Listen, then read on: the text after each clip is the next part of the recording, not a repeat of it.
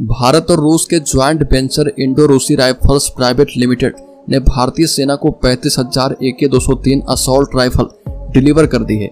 इनका प्रोडक्शन 2021 में make in India और आत्मनिर्भर भारत के तहत शुरू किया गया है। इस राइफल की खासियत है कि यह 1 मिनट में 700 राउंड फायर कर सकती है, वजन में हल्की होती है और कभी जाम नहीं होती।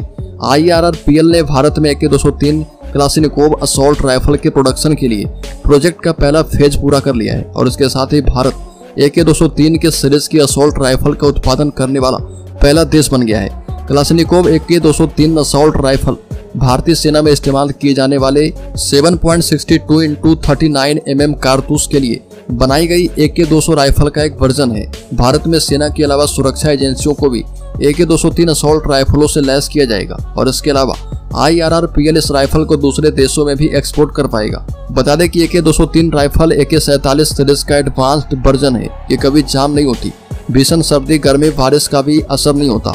वजन और लंबाई कम होने से AK-203 राइफल युद्ध के समय सैनिकों के लिए सुविधाजनक होगी और भारतीय सैनिकों को थकान कम होगी।